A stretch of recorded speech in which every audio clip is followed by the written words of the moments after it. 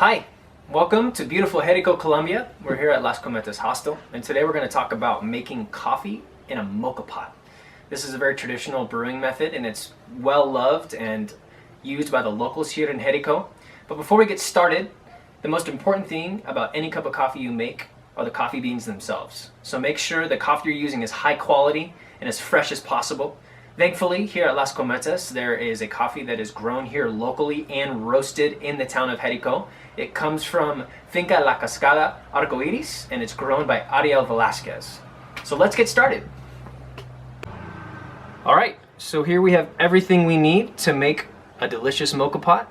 First, we have our pre-warmed water. This is really important. You do not want to use room temperature water or cold water. You want to have it be pre-warmed. And the reason why that is because if a coffee is staying in contact with water for a long time, it becomes over-extracted. So when we have this whole Moka Pot assembled and we put it on the stove, it's going to take less time for the water to heat up, which means the extraction is going to be better.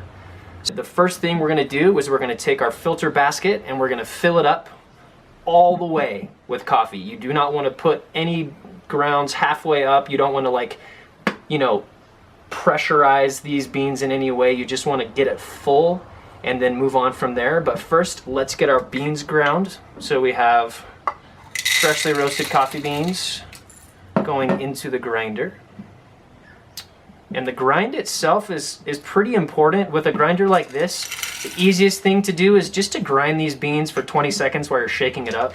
So it's pretty simple.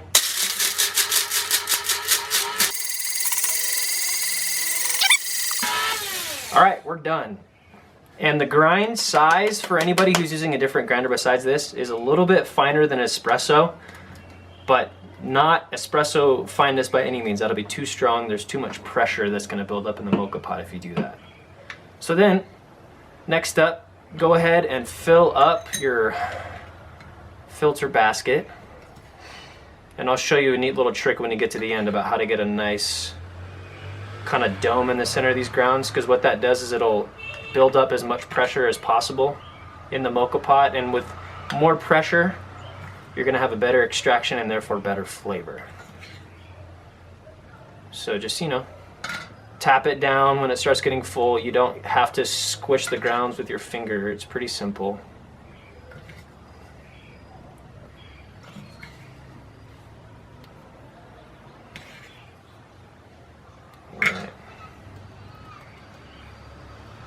So you can start leveling out your grounds like this when you start getting full. But the last little bit here, there's a neat little trick that I learned. I didn't make this up on my own. I've watched other people do this, but it works. When you get here, you just start twisting and having your finger at an angle. So where you get this nice little dome in the center of your Moka Pot filter basket, and when you screw the top on, there'll be a nice little dome in the center like that, and that's going to have a nice pressure build up on the inside of your Moka Pot. Next, we're going to fill up the water to below. We're going to fill it up to below this line right here. There's a little pressure valve right here, and we're going to fill it up just below that. Don't worry if it's been sitting for a while, it's not going to be too hot, but if your water's super hot, go ahead and make sure you're using something to protect your hands from getting burned.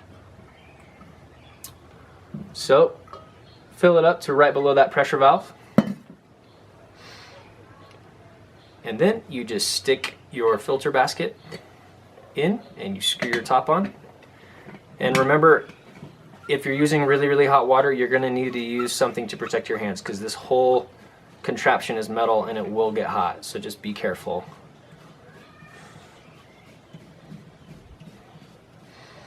And you want to screw it down really, really tight. That's really important so your pressure stays inside this and it doesn't leak out the sides. So now we're going to go put this on the stove, so we'll see you soon. Alright, so here we are. If you're using a gas stove, you're going to want to use a low to medium flame. If you're using an electric stove, just use medium heat. The key is not to use too high of a heat, because then when the coffee starts to come out of the brewing spout, it'll basically explode. So, gas stove.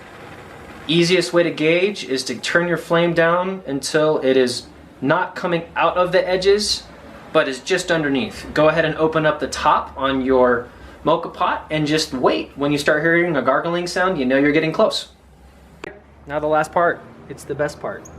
Serve this up into whatever kind of vessel you prefer,